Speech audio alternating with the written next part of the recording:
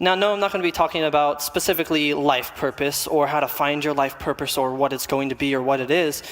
More important, because that's what we often think of when we think of the word purpose.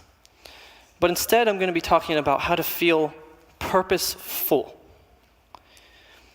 And so there's two things that we need to start off with. In Jeremiah 29, verse 11 says, "For I know the plans I have for you, declares the Lord, plans to prosper you and not to harm you, plans to give you hope and a future." And so this is the first thing we need to know before I even start on the actual hardcore teaching moments of this. We need to have some base knowledge, all right? The first thing we need to know is this: God has plans for us. He has some incredible plans for us that we can't even begin to comprehend. Okay? He has plans for you beyond your wildest imaginations and dreams. And I would just want you to keep that in mind, because that's probably where I'm going to start talking about this same thing, is probably where I'm going to end with a statement very similar like that. So just keep that in your mind. He has plans for you that are beyond even what you can comprehend. And that's some of the underlying problem, is that sometimes it's hard for us to comprehend things. And I'm going to get into that in just a second. But the second thing I want to talk about is in Colossians 1:16. And it says, "For in him all things were created, things in heaven and on earth, visible and invisible, whether thrones or powers or rulers or authorities, all things have been created through him and for him." Now what this means is simply, God created everything. That's the general statement. He created me. He created you. He created this entire facility. And the last statement, what I'm going to be focusing more on, is that all things have been created through him, and more importantly, more focusing on the for him. I was created for him. You were created for him. This entire facility, again, created for him. Everything is for him. And so I like to imagine this as a cycle, okay? If you could just picture this with me for a second. Because I like to connect dots. That's how I like to work and teach. If you could imagine God up here, right, and we're down here. If he provides something for us and it works its way down here, right? If everything is created through him and for him, therefore, by connecting the dots, everything should always lead back to him. And so his half is that he provides everything we physically need to survive on this planet. Okay? He gives us everything we could possibly need. The second half of you completing the link is you living for him and taking what he's given you and serving him and giving it back to him towards his purpose, towards his deeds, towards the things he needs done that he works through you to accomplish. So just keep in mind that he has plans for us beyond our wildest imagination, and that we need to be living for him, because that cycle where he's providing for us so that we don't have to constantly be concerned about providing for ourselves, and us living for him, that's the cycle we want. As long as we're living for him, he's going to provide for us and guide us through what we need and what needs to happen. He's going to guide us through all those things. So that's the two things we need to know. Now, sometimes this doesn't happen. And if you know how I would just want to give you the structure of how this is going to work. This is our base knowledge. Now I'm going to explain some of the problems or issues, and I like to explain why. I'm going to give you the issues and examples of how this can happen, and then I'm going to give you why, and then hopefully by the end of it, I can give you ways to turn that around. So here we're on to what the problem is. The problem is that we don't always live for God, all right? We have this thing that happens through all of us because we're human beings, and I'm not saying it's okay, but just know that every single one of us does it. There's this constant wavering in our relationship with Christ. One day, something may happen in our lives, something extraordinary, and then you're on fire for God. And then that slowly dips down, and you slowly go back into your 9-to-5 everyday living, to where every day just feels like a normal day, all right? And then you're back down here, and then something may happen again, and then you're on fire the next day, and then it slowly deteriorates again, all right? There's this constant wavering in our relationship with Christ, all right? Where we're on fire, and then we're not. And then we're on fire, and then, again, things may go wrong, right? I'll give you that kind of example. You're on fire for God, and then something goes wrong, and then you're not on fire for him anymore. And again, it's not good. This is unhealthy. It's not good for our relationship with God. It's really unhealthy. It's not good. It does nothing but deteriorate and destroy your relationship with Christ when you have this constant wavering back and forth. now I'm going to give you the why. There are two ways that I'm going to focus on, and let me make it clear, there are lots and ways and possibilities of how this could occur. But there's two ones that I really want to focus on. And I'm going to give you a job example for this first one, but let me make it clear, this does not have to be within your job. This could be in any activity or event that happens in your entire life. But the first thing, let's just say, for example, let's just say you're a plumber, all right, and you plumb for a living, okay? I don't even know if plumb is a word, but we're going to use it for the sake of this, all right? So let's say you're a plumber. You may find yourself on the day-to-day basis thinking, I'm a plumber. Where does that even fit in, right? And so you have this idea of like, where do I even fit in with God's plan, right? If God has this 20 trillion piece puzzle that is, his entire plan, right? Which piece am I? Or even worse, am I even a piece? And so through this thought and through this problem that we constantly have, we begin to almost trick ourselves subconsciously without even realizing it into this kind of self-inflicted false sense of insignificance. And when we begin to feel insignificant or as if what we're doing doesn't matter, then we begin to fall into what psychology is known as burnout, okay? And the psychology's kind of idea of burnout is that you're okay with putting in this much effort as long as there's this much reward. Or if you feel like you're making this much of a difference. Does it make sense? You're okay with putting in this much as long as you're getting this much out of it. Or more importantly for the lesson, you feel like you're getting this much out of it, okay? But if we begin to trick ourselves, even though it's not true, if we begin to let ourselves fall into this idea that we're putting in this much effort, but it feels like it's that important, the idea of burnout is that you're just going to drop whatever you're doing because it doesn't feel meaningful. It's not worth this much effort if you feel like you're only getting this much out of it. So this is one of the big problems, is that we subconsciously, without even realizing it, we're on fire one day and we slowly deteriorate back to our 9-to-5 normal. Every day is just not as important as, every day is just a day, so to speak, kind of living. And that's not good. The second thing that can happen, so that's the first thing that can happen, all right? Let me clarify. That's the first thing, is that we can kind of trick ourselves into this false sense of insignificance. The second thing that happens is we begin to be controlling. And if you don't know what I mean by this, the idea, and I'm not trying to say you're self-absorbed or selfish. I'm getting at the idea, and hopefully you'll understand it a little bit more in a second. When I say that you're too controlling, I mean this. We live in a world where things are constantly revolving and changing, and we truly live in a world that literally never stands still for a moment. Oh, there went a moment. Oh, there went another one. I just missed that opportunity. Deadline hit, and I never got to do it, right? And so if we live in the world where things are constantly going by, we begin to create this fear of missing out on one of those times or one of those moments. So as something's approaching us, right, we start to fear it. And as it's approaching, we start to ask ourselves, God, is this what you want for me? Is this what I'm supposed to have?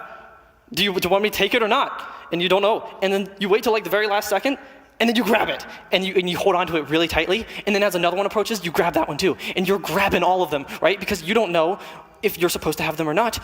And even worse, you don't want something to go wrong. College, for example. Just giving you an example. College, for example, we're very concerned about something going wrong in that whole process. And so we like to be in control. Okay, so forgetting that example, we as human beings, we like to be in control. We like things to be stable. We like to know what's going on and be in control of it. And this is what happens. When we're so controlling over a situation, we're not allowing God to even be a part of that equation. Right? If we're so in control of a situation ourselves, we're not letting him control anything. Because then when something goes wrong, you're like, God, why didn't you fix this? And he's like, you didn't let me. All right? And let me make it clear, there's a healthy amount of concern. When something is approaching one of these moments or one of these important times in your life, It is perfectly healthy to have this idea of awareness to it, of concern to it. It's okay to be concerned. That's, again, part of your natural human instincts. But when you begin to have this fear is unhealthy. I had something said to me very recently, not too long ago, and it's something I already knew, but at the same time, it's something I totally needed to hear that day. All right? And he or she said to me, if you're worrying about something, then you're being fearful. And if you're being fearful, you're not being faithful. And I really needed to hear that day. But here's what that means, right? If you're being fearful and you're being controlling, you're not being faithful in letting God take care of that situation for you. Now again, like I said, it's okay. You need to be involved somewhat. It's not like, you're gonna be like one day, oh, the basement's flooded and the roof is on fire. You know what, God will take care of it. It's not a problem. All right? It's not like that. Like I said, you still need to play a huge part in it. You're a huge amount in that equation. But so is God. And if we're too concerned with that, we're not letting him have any part of the situation. And this is what can happen sometime. So I talked about the cycle of how God provides for us, and then everything leads back to him, how we need to continue to serve him and spread his word, right? Here's the cycle you don't want, which is everything I've just described right now. You providing for yourself so that you can continue to live to provide for yourself again, and then live to provide yourself again. Like, see, God's not even a part of that equation. That's not the cycle you want. You want the cycle where God is providing what you need to continue to live for him. Because if you're spending so much time controlling these situations yourself, and if you honestly just look at any situation in your life, because I can think of a few right now, just myself, most of these situations, you're so involved in worrying about it that you took no time out of it to think about how God played a part in it. And this is what happens. It takes up all your time. It takes up all your time, all right? To the point where, again, you have no time left for God. So, with all of this said, Ecclesiastes 3, verses 1 through 8, it's a bit of a read, so stick with me. It says, there is a time for everything, and a season for every activity under the heavens. There's a time to be born, a time to die, a time to plant and a time to uproot, a time to kill and a time to heal, a time to tear down and a time to build, a time to weep and a time to laugh, a time to mourn and a time to dance, a time to scatter stones and a time to gather them, a time to embrace and refrain from embracing, a time to search and a time to give up, a time to keep and a time to throw away, a time to tear and a time to mend, a time to be silent and a time to speak, a time to love and a time to hate, a time for war and a time for peace. What does all this mean? I like to think about it like this. It says, there is a time for everything and a season for every activity under the heavens. That was the beginning of all of this. And then it lists all these times, right? Now it calls them times, but you could also think of them as moments or events. There's a time for everything and a season for every activity under the heavens. This is God telling us that we need to stop worrying about something going wrong with one of these moments. Or even worse, we need to stop worrying if we're going to miss one of these moments. Because that's a good majority of the concern. We're so concerned about missing one of these moments. And God tells us with all this, we're going to get to experience every single one of these. We're going to get to experience a time to plant and a time to uproot, a time to weep, a time to laugh, a time to mourn, a time to dance, scattering stones and gathering them. We're going to experience everything that the world has for us, both the good and the bad. So stop being so concerned that you might miss out on something.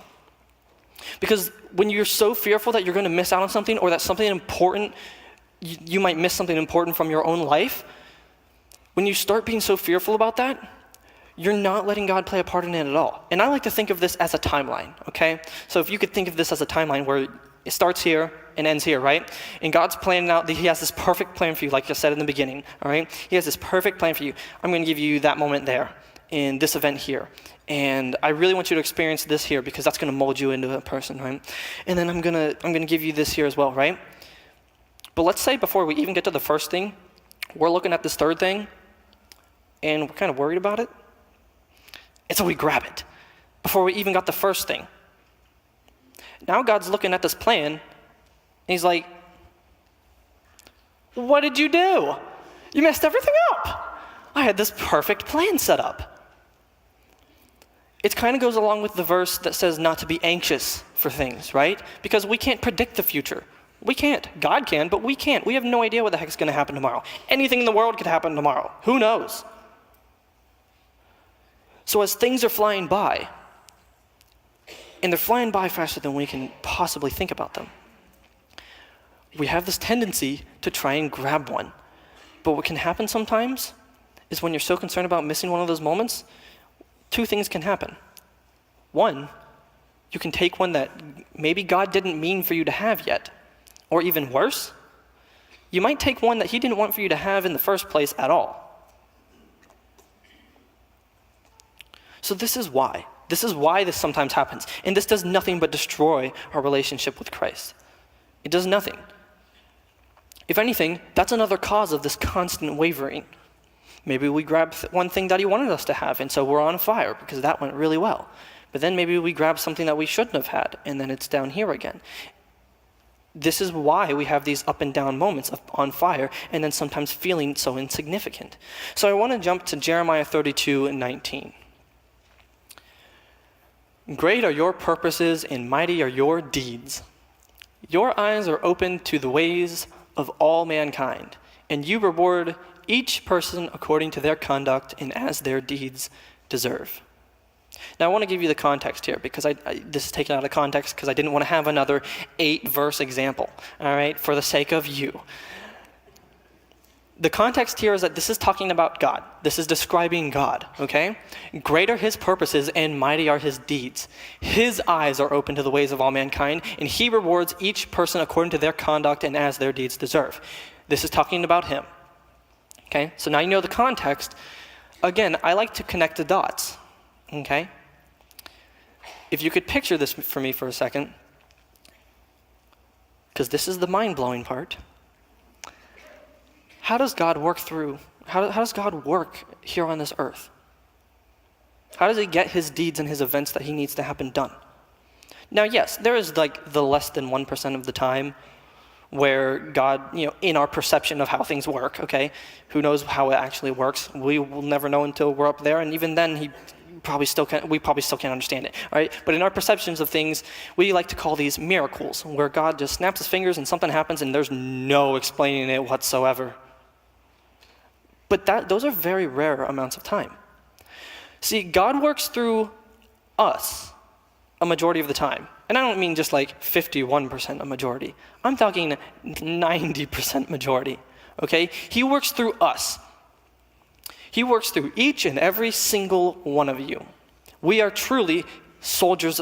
We are truly his soldiers. We're soldiers of God, meant to go out there and spread the word and fight the evil. He works through us, and he gives us these purposes. And the deeds he calls upon us to do, he calls upon us to do them. And therefore, great are your purposes, and mighty are your deeds. Everything you do has such a significance that you can't even begin to picture it. Again, like I said in the first statement, he has plans that you can't even begin to understand how much of the significance and how much they matter. Yeah, that's this. Let me give you an example. We live in a world where things just go unsaid. They do. They go unsaid a lot, and that's part of the problem. I'm just giving you a total example, all right? Let's say you're at school, all right? Adults, you'll have to think back down to when you were young ones, all right? The little ones, okay? So you got to think for me, all right? So think back to when you're at school. Let's just say you sit with someone at lunch who didn't have anyone to sit with, okay? I'm just giving you an example. That probably didn't mean that much to you. It was like, okay, yeah, I'll do this, it being nice, right? It doesn't seem like that much to you. But to that kid, it might have meant the world. It might have meant 10 times, even more than 10 times as much significance to him as it was to you. And see, so here's the problem. Most of the time, and I don't know, ask psychology. I don't know how it works. I don't know why we do this. But a lot of times, that kid won't tell you how great you made him feel just because, I don't know, again, that's just how the world works. You do something great, and a lot of people just don't tell you how much it meant to them, all right? And for those of you that maybe something has been done to you, and you know it probably didn't matter that much to them, but it meant a lot to you, I want you to picture that every time you do something. Stop doing things in such a minuscule way. We live in a minuscule world. For example, ornaments for orphans, okay? $10 or $15 for an ornament, okay? $10 or $15 is nothing to you. $10 or $15, depending on your family size, will probably hardly feed a family for a day. $10 or $15 is minuscule. It is nothing. Don't worry. All right. So $10 or $15 is nothing to you. It's nothing to you. $10 or $15 in another country is literally the world. It can be life or death for them. $10 or $15, and like I said, I'm giving you kind of a ratio here, or like this to this, because it depends on what third world country you're in.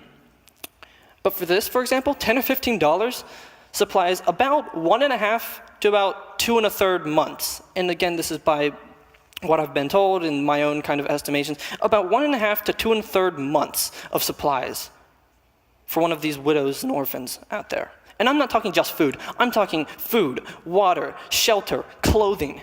Yeah, $15 is possibly more than 2 months of all of that combined.